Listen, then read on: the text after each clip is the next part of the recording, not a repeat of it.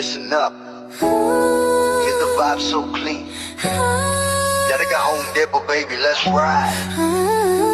Step in the store, feel the vibe so clean. That I go home depot, where the real ones win. That I go home depot, where the real ones win. That I go home depot, where the real ones win. Step in the store, feel the vibe so clean. That I go home depot, where the real ones win. Sa na mabali, papunta mamo-tama. Alo pag-wine na nag-alala mo, tama-mo-taba.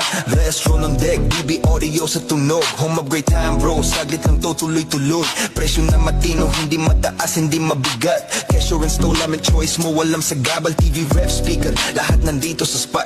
Quality sa masa pero swag sa bawat gamit mo, brat. Yeah, that's right. Let's go. Discount every day, kaya chill ka lang. Sa Daraga Home Depot, sure ka, walang sablay. Bayad save, more, live. Alas better.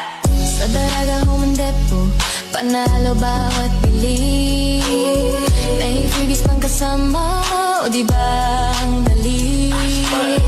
Astro na DB audio, tunog at gamit solid. Para sa iyong tahanan, para sa iyong tahanan, we keep it real and quality. Yung pakinggan mo, kung hanap mo ay tibay, dito ka na tumapat. Service on point, hatid namin laging tapat. Hindi kailangan fancy, basta tama at swak. Sa humakinang at fresh kami ang magpapasigla. Kaya bitbit mo pamilya, ibigan buong tropa. Daraga Home Depot, dito ka talagang uwi na masaya. Astro DB audio, Daraga Home Depot, yo, that's the flow. Sa Daraga Home Depot, panalo bawat bili.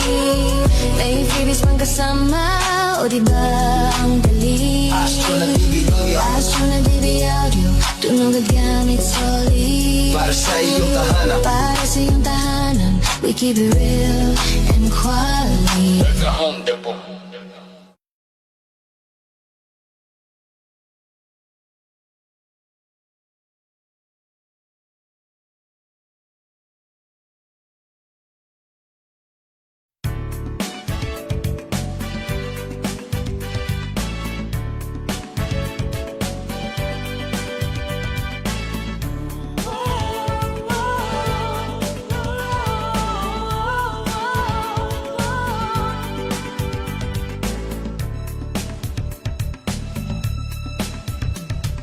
Sadyang mahalaga ang buhay sa mundo. Ingatan ang sarili at ang ating kapwa-tao.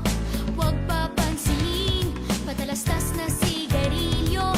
Piliting iwaksi ang masamang bisyo.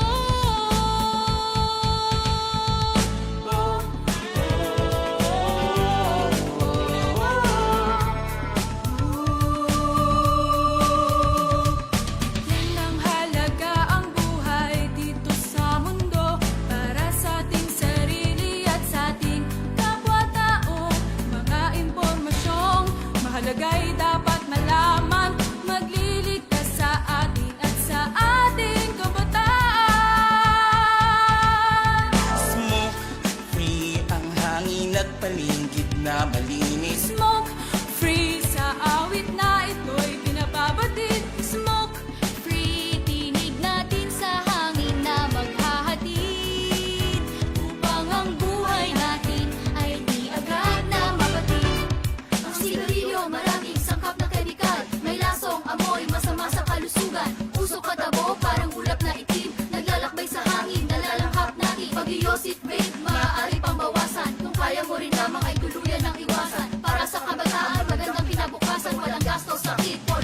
kalikasan. Smoke free ang hangin at paligid na malinis. Smoke free sa awit na ito'y pinababati. Smoke free, tinig natin sa hangin na maghahatid upang ang buhay natin ay di agad na mapatid. Oh, smoke free ang hangin at paligid na malinis. Smoke free sa awit na ito'y pinababati. Smoke free, tinig natin sa hangin na maghahatid upang ang buhay natin ay di agad na mapatid.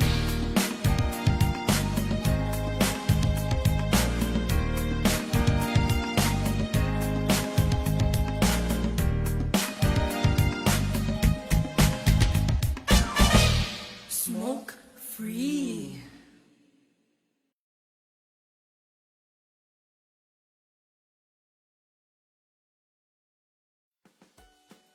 Hello mga ABN friends and family. Happy to be with you this Wednesday afternoon. Andito naman tayo sa ating program, ating kalusugan, ating kayamanan. Before we start with our episode for today, let us first of all ask for God's guidance. In the name of the Father, and of the Son, and of the Holy Spirit. Amen. Come, Holy Spirit, fill the hearts of thy faithful, and enkindle in them the fire of thy love. Send forth thy Spirit, and you shall be created, and thou shalt renew the face of the earth. In the name of the Father, and of the Son, and of the Holy Spirit. Amen. So, this Wednesday afternoon, before we start pala with our episode natin for today, magsa-shoutout muna ako sa aking mga friends, yung aking mga nakasabay when we had our recollection sa Carmelite Nuns of the Holy Trinity sa Kawa-Kawa. We had a recollection for one day, last Monday and Tuesday. Ang aming retreat master was Father Atong de Guzman, and then yung mga kasama namin are those from the Adorers of the Holy Trinity, kasama si Sis Ophel Vega, si Ma'am Faith, and then yung other mga Legion of Marys, and then yung aming mga kasabay sa Divine Mercy. It was a very fruitful recollection, and one of the topics, yung main topic was how to age gracefully. So, kasi napansin ni Father, medyo seniors na yung kanyang mga attendees. So, it was a very fruitful recollection. And ako naman, nag-share naman ako kung ano mga dapat nakakainin ng mga katulad namin na senior na. So, shinare ko din yun sa mga kasamahan ko. And we would like to thank nga si Mother Trinidad and also lahat ng mga yung mga Carmelite Nuns of the Holy Trinity doon sa Kawa-Kawa, and then yung aking mga kasabay na mga nag-attend ng retreat. Okay, so ang topic natin for today is about CKD or Chronic Kidney Disorder. Meron kasi ako na-receive na isang sa akin message na kung pwede daw isabay natin in one of the topics yung about the CKD, kasi na-diagnose siya na medyo mataas ang hindi pa naman chronic ang kanyang kidney disorder, hindi pa naman masyadong mataas, pero ang kanyang creatinine level, pero sinasabi ko nga sa kanya na wag na nating antayin na tumaas ang iyong creatinine level. So, mag-share ko sa iyo ng mga dapat mong kainin para ma-prevent natin na maging chronic ang iyong kidney. Kaya nga meron tayong tinatawag na CKD, Chronic Kidney Disorder. So, itong mga pagkain ito, these are foods that we share, that we give to our patients na mataas ang kanilang creatinine level. So, ano ba ang mga pagkain na ito? Itong mga pagkain na ito ay tinatawag na pagkain that are low in potassium. Mga pagkain na mababa sa potassium. Itong mga pagkain na ito, these foods are the following.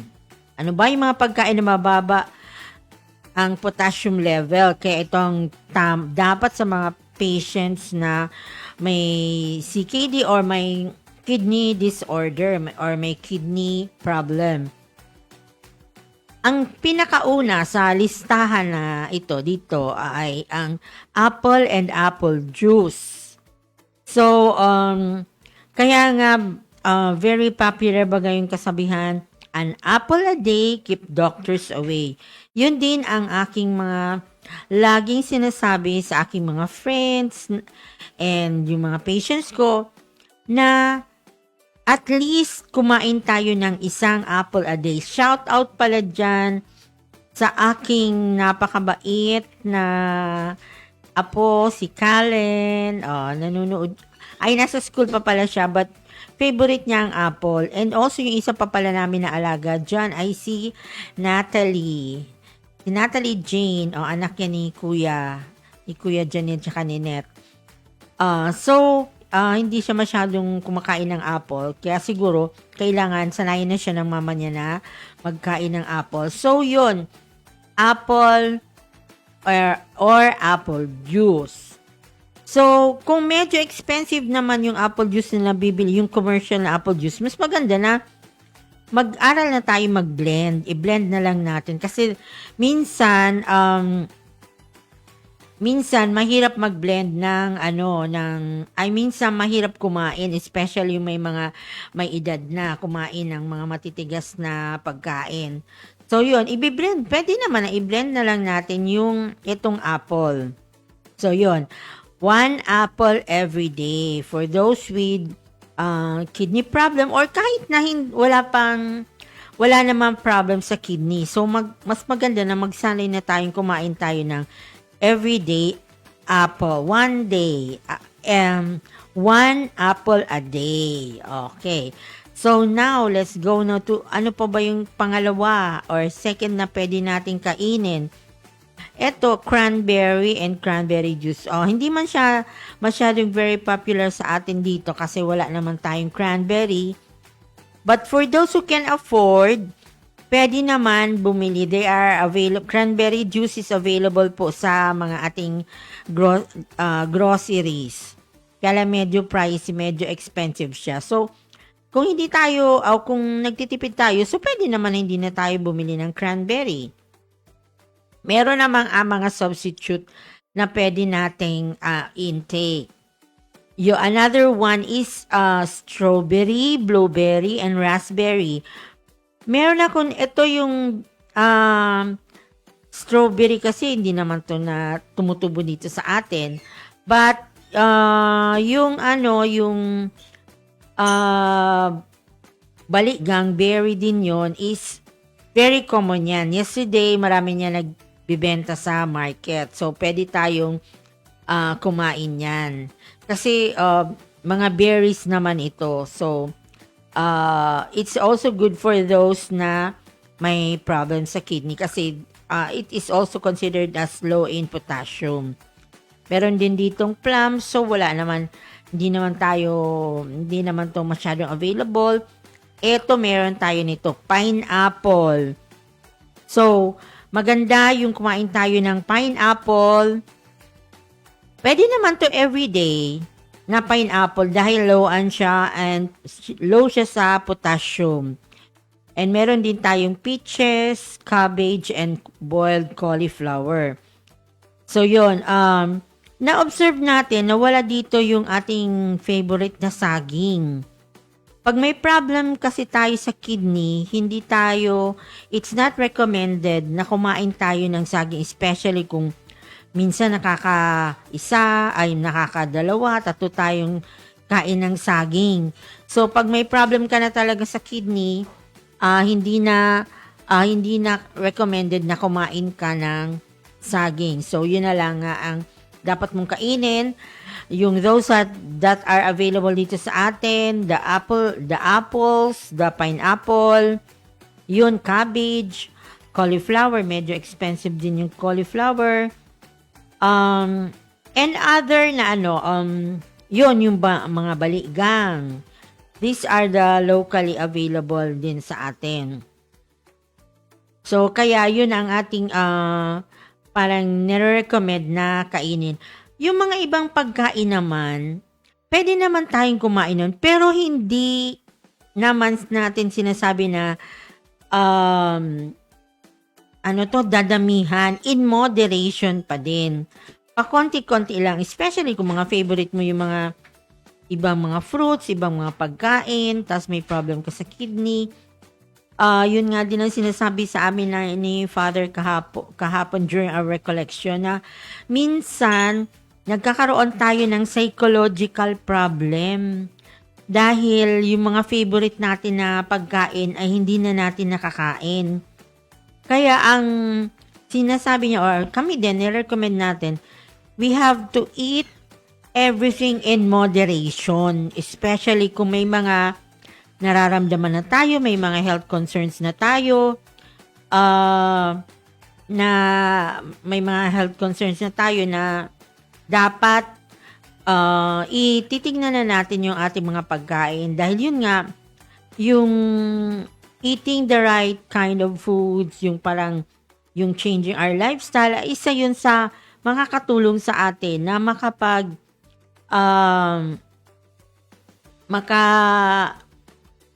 yung hindi tayo magkasakit. May message dito si best friend. Ayun. Na tamang-tama daw, nagkadalating lang ni Kalen. Na-hear niya po ang pagbati. Hello, baby Kalen. Nako, kadalating lang pala niya sa school. Maaga siya ngayon. Very good talaga yan. Namin, yung baby girl namin na yan. Very happy siya kasi nandyan na siya, sinundo na siya ng papa niya. So, yun. Favorite talaga ni Kalen ang apple. So, yun, sanayin natin ang mga kids natin to eat apple. An apple a day. Siya kasi, ang gusto ni Kalen na slice ng apple is naka-slice na parang French fries na slice. Okay. So, yun. So, yun ang mga dapat, ang mga fruits and vegetables that are recommended for those with kidney problem. Ayun nga, ulitin natin na everything in moderation. Yung mga pagkain na masyadong, especially, yung pala yung na-observe natin, we were talking din yesterday, na marami ng mga lumalabas ngayon ng mga sakit. Dahil yon sa mga kinakain na hindi masyadong healthy.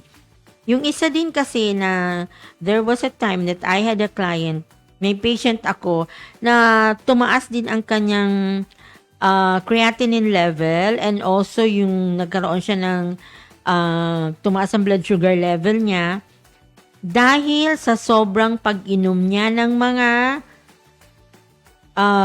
not so healthy drinks, yung mga nandyan, yung mga milk tea, yung mga kung ano-anong tea na nandyan, and then yung mga iba-ibang mga combinations ng mga drinks. Hindi naman yun, it's not really a problem kung paminsan-minsan ka lang nun iinom.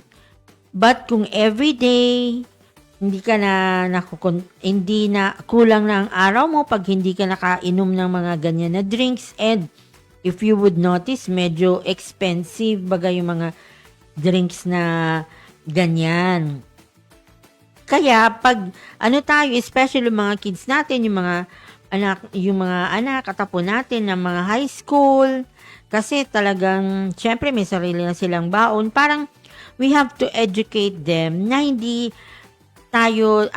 sila dapat iinom ng mga ganyang drinks every day. In moderation pa din. And also dapat proper food choice.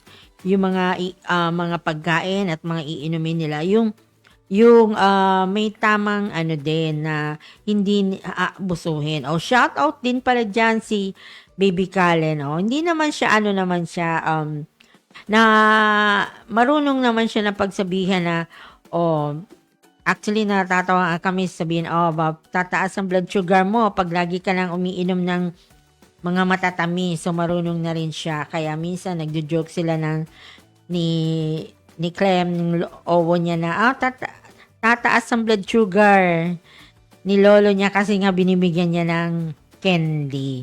So, yun. At least, kahit bata pa siya ay aware na rin siya na kung ano ang mga dapat na kainin. By the way pala, kung na-remember ko, shout out pala dyan sa aking sister, yung eldest sister namin. We would like to greet her happy birthday. It's her birthday today and baka nasa office siya so hindi siya makapanood this on live. Sa na lang, pag uwi na lang, pag pag hindi na tayo naka-live, I'm sure mapapanood niya. So, happy birthday sa'yo, sa kapatid namin, si Ate Marlene. So, napakabait na ate yan sa aming magkakapatid and also sa kanyang mga pamangkin and sa kanyang mga apo. So, happy birthday sa'yo. So, yun. To continue, dito na tayo. Tuloy na natin. If you have a chronic kidney disorder, it is important that you have to watch what you drink and eat and drink. That's because kidneys can't remove the waste products from your body the way they should. A kidney-friendly diet can help you stay healthier and stronger.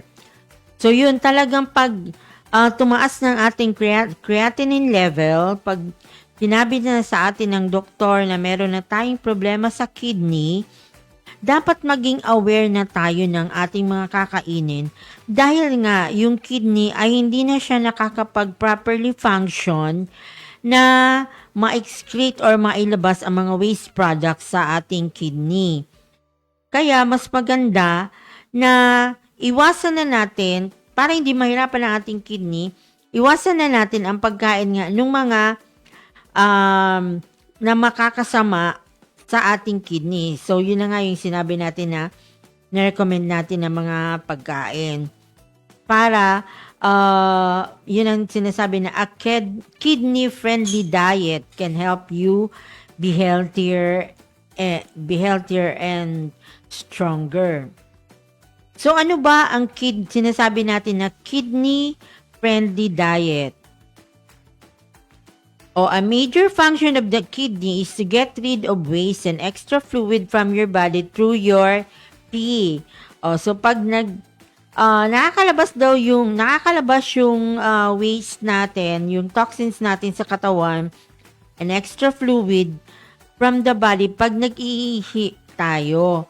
So dapat mag-choose tayo ng mga pagkain that are kidney friendly, para nga hindi mahirapan ang ating kidney sa paglabas ng mga toxins and also yung pag-retain ng fluid sa ating katawan.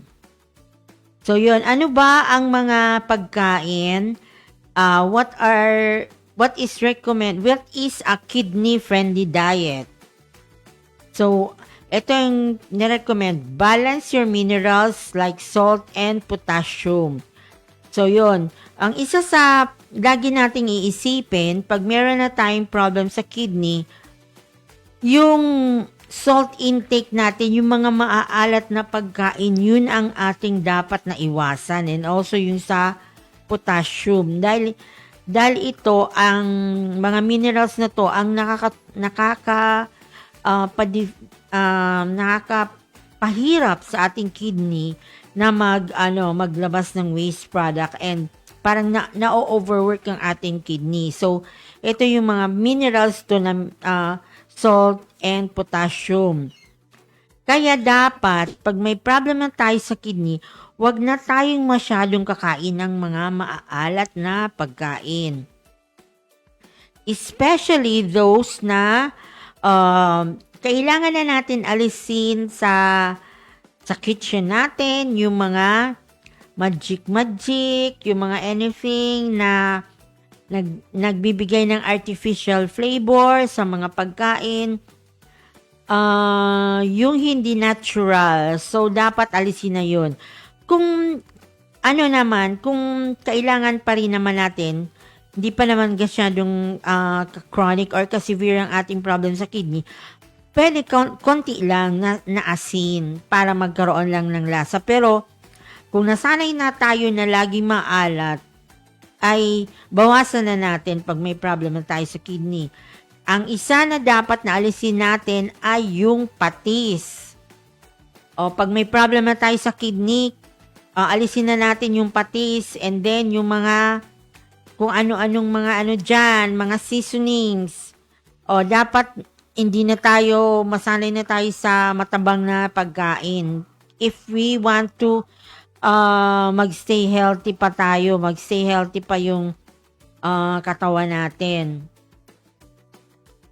So, yun. Ano pa ba ang recommended for those na kidney-friendly diet? Kailangan mabalance natin yung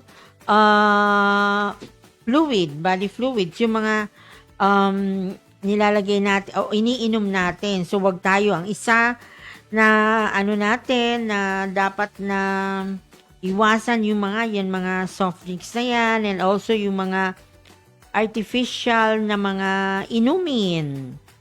Yon that are available. So, dapat masanay na tayo na uminom ng mga natural lang na mga inumin. And also, make hormones that affect the way other organs work. So, yun. Yung kidney-friendly diet is a way of eating that helps protect your kidney from other damage. Kaya nga, you'll have to limit some foods and fluids other than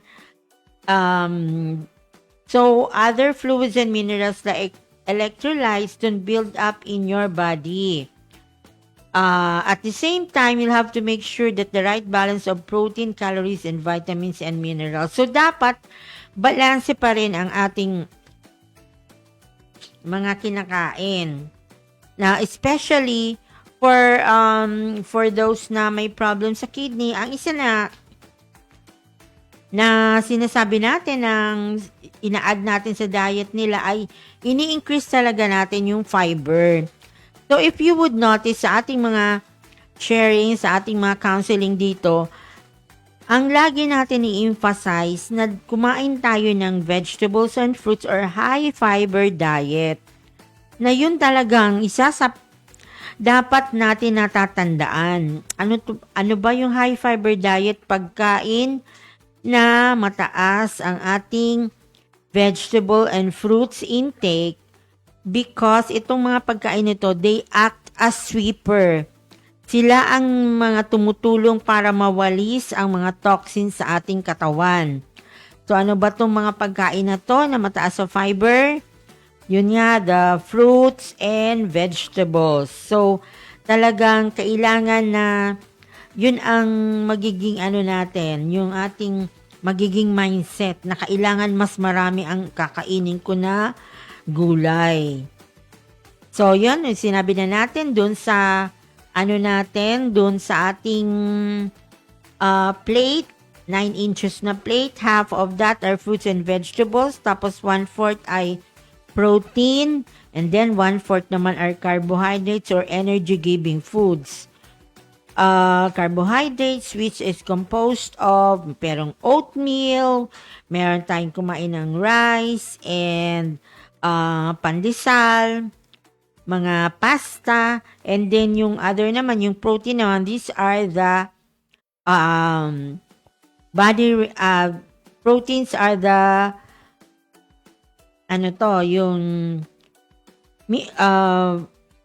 yung nagbibigay ng body repairing nagre-repair ng ating katawan.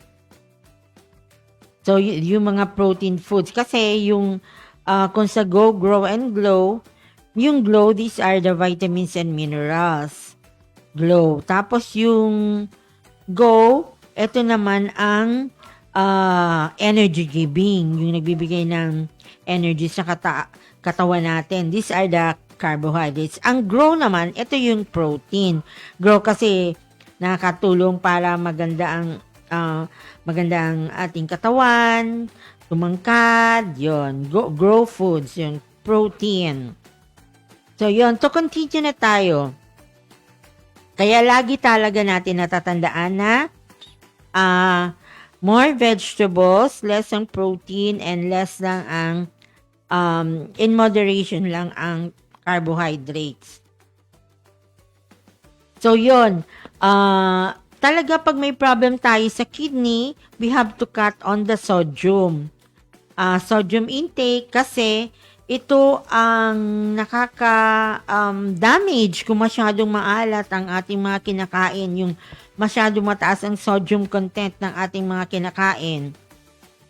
So, anong common ito? These are yung common na mataas sa sodium, yung patis. Kaya, yung mga caregivers natin or mga kasama natin sa family, pag may problem sa kidney, yan talaga ang isang dapat natin na alisin para hindi na sila matitempt na kumain. Kasi kahit sabihin natin na in moderation din naman ang pag-intake niya ng patis, pero ang moderation nga, konti lang ng nilagay mo niya sa pagkain mo, makaka-trigger na yan na magkaroon na ng problem ang kidney mo kasi nga masyadong maalat ang patis. So, maganda na lang yung salt, table salt, or mas maganda kung merong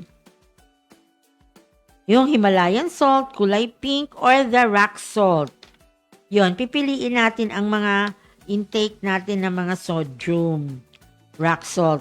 Kasi minsan, yung iodized salt, konti lang ang kainin mo nun, intake mo nun, maalat na. Kaya, mas maganda na yung rock salt or the Himalayan salt. May mga available naman yan dyan sa grocery. Tas hindi naman siya ganun ka-expensive. So, yon. Ang isa pa na sinasabi ng study ay sodium affects your blood pressure. Pag mataas ang sodium content ng katawan natin, kaya nga nagkaroon tayo ng problem sa kidney, may effect yun sa BP, sa blood pressure natin. Kaya talagang i-limit natin or we have to watch out for the sodium intake. Another naman na mga katulong sa pagbawas natin sa sodium intake or sa pababa ng ating creatinine level ay yung ibabalance natin yung water or yung liquid sa ating katawan. So, kaya, may mga patients kami, especially for those na mga chronic na, may nakalagay dun sa diet nila is, we have to limit their intake of liquid to 1 liter a day. So, total na yon na intake ng kanilang water or liquid. Hanggang 1 liter lang ang kanilang dapat na intake dahil pag lumagpas na sa 1 liter, magkakaroon na ng problem yung kidney nila. So, mariretain na naman yung kidney, magkakaroon ng mga edema. So, yun, may mga different factors na magkakaroon ng effect pag mataas ang sodium intake natin. Kaya, for those na may chronic kidney disorder, limit lang to 1 liter a day. So, lahat na yun na liquid na intake natin, lilimit lang natin to 1 liter a day. So, yun. Ano ba ang nagiging cause pa pag meron tayong maraming water retention?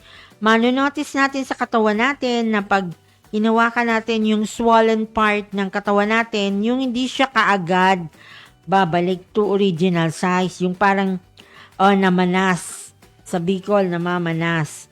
Pag namamanas tayo, ibig sabihin, one of the reasons is that mataas ang sodium content ng ating katawan. Swollen ankle, ito yung mga problems. Pag may problem na tayo sa sa kidney, pag may intake tayong high in sodium, ayan, swollen ankles, namamaga yung mga ankle, high blood pressure, shortness of breath, and fluid buildup around heart and lungs. Kaya, we have to watch out for the liquid intake na iniinom natin or nilalagay natin sa katawan. Kumbaga, we have to measure na dapat sa loob ng isang araw hanggang 1 liter lang tayo a day. Tapos, i-observe din natin na minsan pag mataas ang ating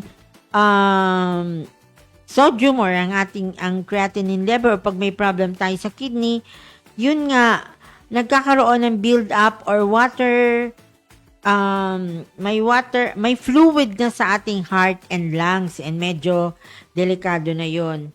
Kaya, ang lagi natin na dapat na ita-target is at least 2 grams of sodium a day.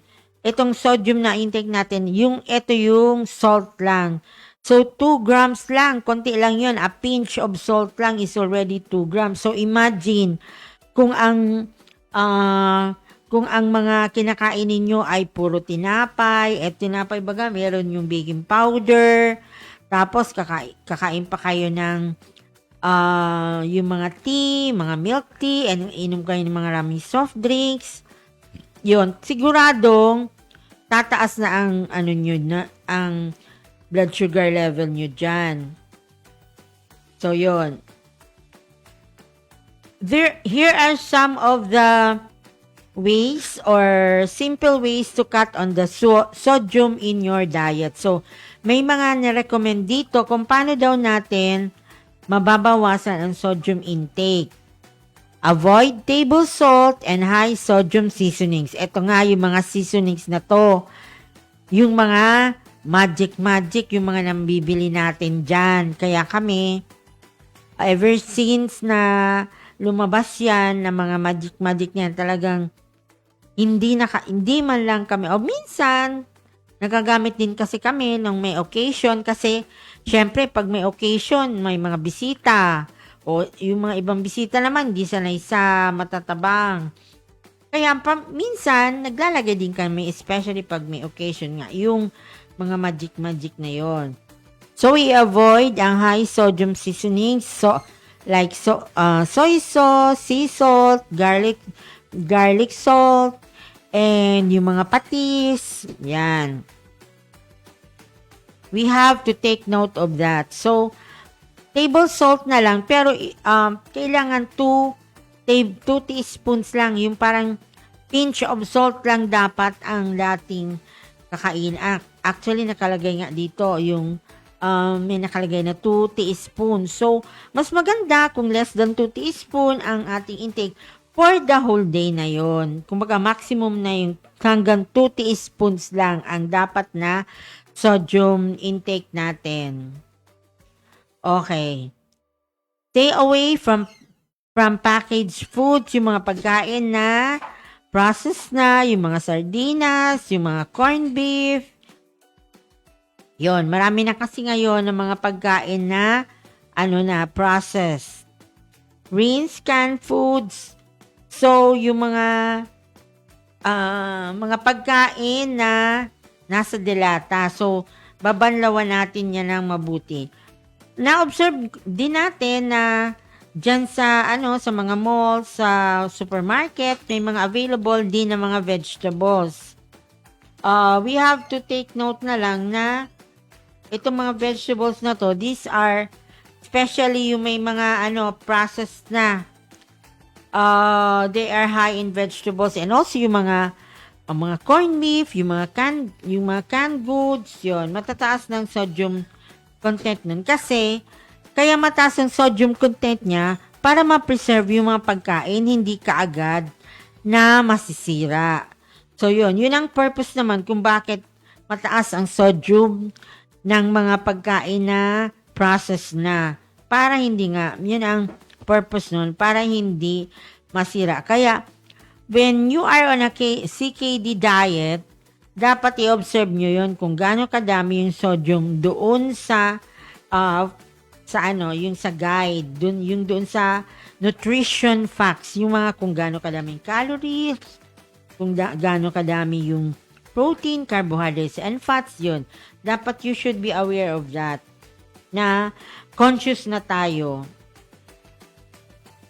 Okay, so ano pa yung mga suggest ng author para mabawasan na natin ang sodium intake natin? Kailangan na ma-avoid ay na mag-try new species and hamburgers.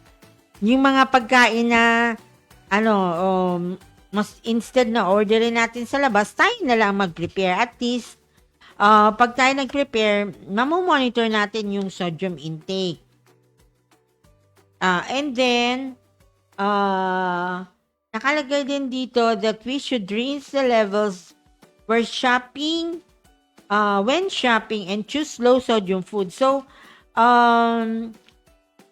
if you want, pwede nyo rin naman akong i-message na kung gusto nyo po yung guidance on the food label, meron po tayong available dyan na write-up na pwede kong i-share sa inyo kung paano nyo mati-check kung yung pagkain na yun ay mataas ang kanyang sodium, your calories, yun. So, mas maganda na maturuan ko po kayo kung paano, how you're going to read the nutrition facts. Importante naman kasi yun, kasi kung hindi yun important, hindi yun ilalagay. Kaya dapat pag-aralan natin kung paano natin gamitin yun. So yun, another pa dito, kung paano daw natin i-cut back yung ating sodium. We should stay away from packaged foods. Yun, yung mga pagkain na ready to eat na, yung mga pagkain na matagal na naka-preserve. Yun, may sodium content yun dahil nga need to retain the fluid.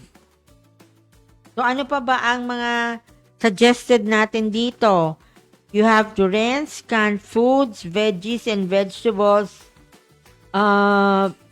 and fish before serving.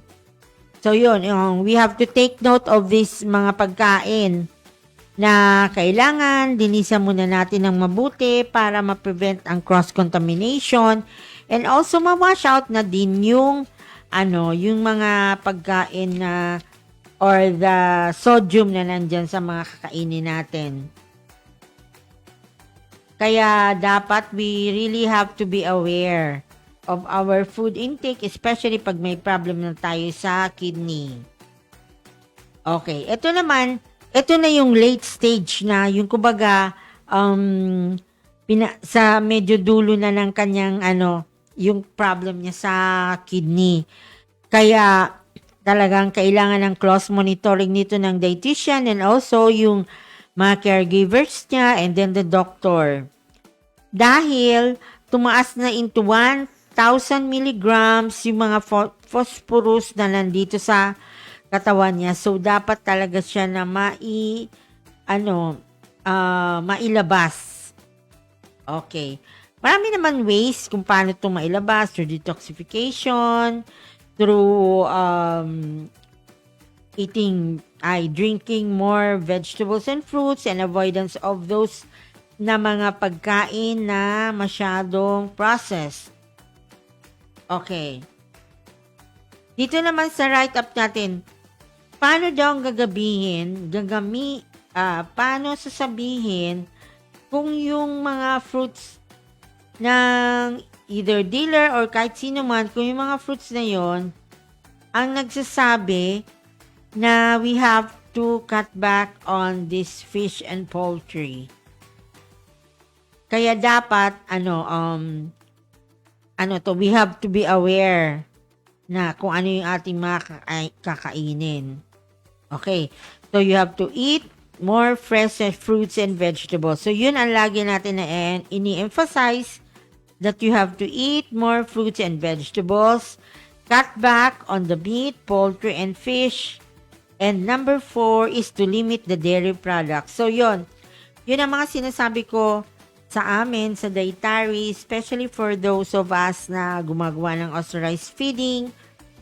Nasabi ko, pag may nakita na sila na may problem sa kidney or CKD patient, chronic kidney disorder or disease, ang tawag sa CKD, ay wag na silang magbigay ng milk. Dahil nga, hindi advisable ang milk sa may problem sa kidney. Okay. So, yun. Narinig na natin that we have to reduce our potassium intake. Sabi ni... okay. So, yun. Okay na tayo. Kaya, dapat ang ating mga kakainin ay we should be in moderation, or we have to take note of those foods that we are going to eat, especially pag may problem na tayo sa kidney. So, yun. If you had, pag late stage ng kidney mo, yun nga yung 1,000 milligrams of phosphorus mineral a day. So, talagang eto, close monitoring na. Choosing food with low levels of phosphorus. Look for phos on the label. So, kailangan kung talagang gusto mong maging aware kung ano mga kainin mo, you have to be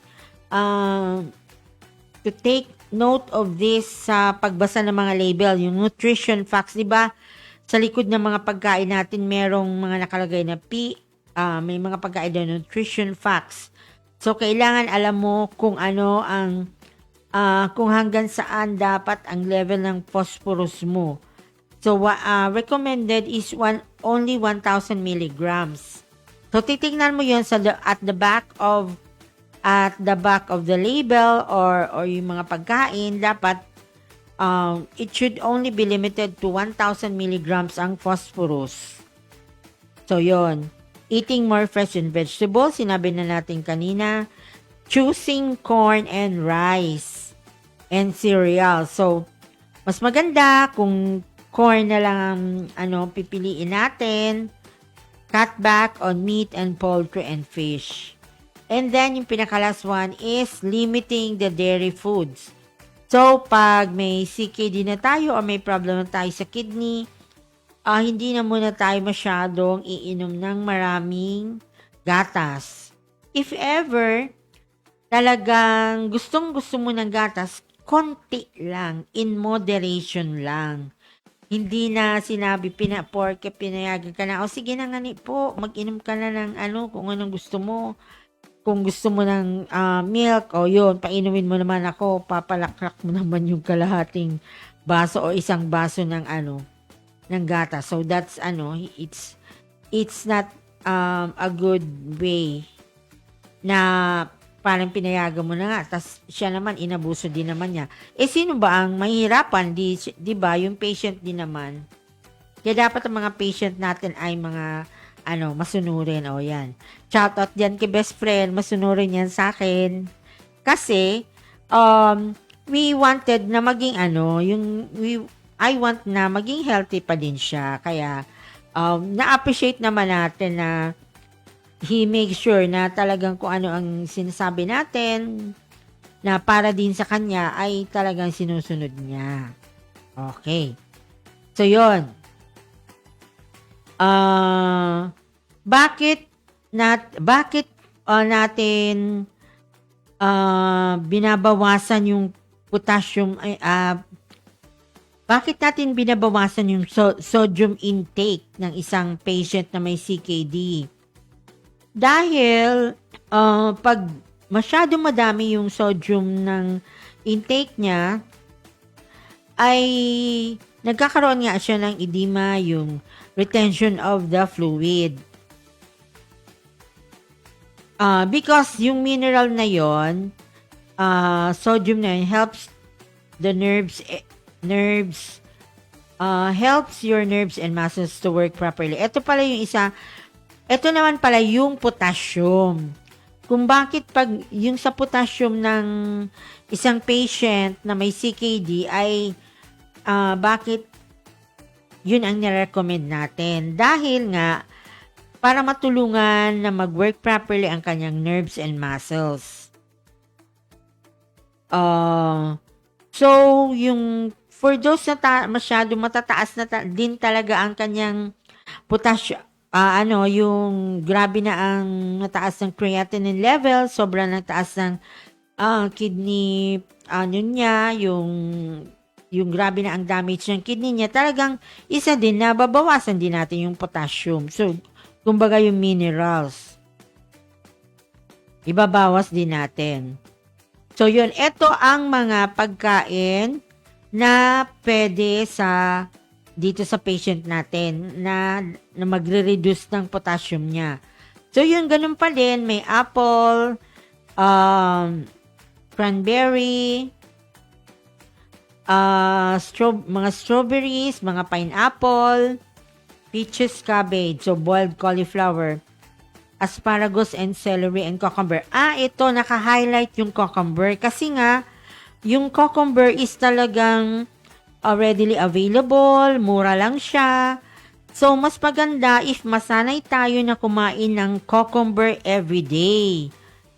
Sa mga natin, sa mga intake natin, laging may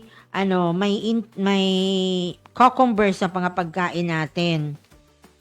Dahil isa to sa makakatulong para mag normally function na ang ating yung ating kidney, and then para maiwasan na rin natin ang more serious complications. So yun na dapat natin na kumbaga isipin natin kung ano yung dapat natin kainin pag may problem na tayo sa kidney. Apple and cucumber, yun. Kahit ito na lang na dalawa muna, na everyday may apple tayo, everyday may cucumber tayo. Isa na to na makakatulong sa ating masolve ang ating kidney problem. So, pagkambaga sa pinaka-simple way lang muna tayo. Doon na muna tayo. So, yun. Lagi natin na naiisipin na para din naman sa atin. Kasi yung other na mga pagkain dito, yung cauliflower, hindi naman siya medyo expensive. Ito pala yung celery. Maganda rin to. Ito din ang lagi namin sinasabay sa pag nagpe-prepare ako ng salad. Yung kanina, nag-lunch date kami ni best friend. Yun, gumawa ako ng salad. May cucumber, apple, may yung celery, konti lang yung celery kaya hindi siya masyadong nalasahan. Pero, pwede din siya na damihan. There are those kasi na ayaw nila ng celery. Pero masarap talaga yung celery, especially yung mga medyo fresh pa. Ngayon. So, dito sinasabi na kung medyo gumagrabe ng ating